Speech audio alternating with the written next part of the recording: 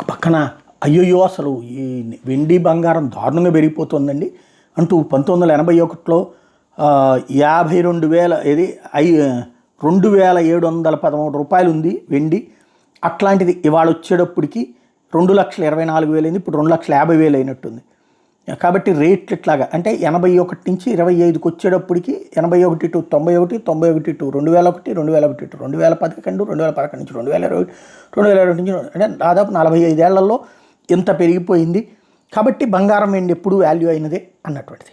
ఇప్పుడు ఆ రోజున మనకు అసలు ఇప్పుడు 45 ఏళ్ల క్రితం అనుకుంది. 45 ఏళ్ల క్రితం నా సంపాదన ఏం లేదు, నేను సున్నా. ఇవాళ రోజు నేను ట్యాక్స్ కడతాను. కాబట్టి తేడా ఉంది కదా జీవితంలో. ఆ రోజున 2,500,000కి ఓ ఎకరం భూమి దొరుకుతుంది.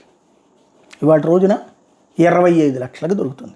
కాబట్టి సమాజంలో మార్పులు, రూపాయికి విలువ పడిపోవడం ఈ కామన్. కానీ వీటికి లొంగిపోయి మీకు కావాలంటే వెండి కొనుక్కోండి, కావాలంటే బంగారు కొనుక్కోండి, అవసరమైతే అవసరమైన మేర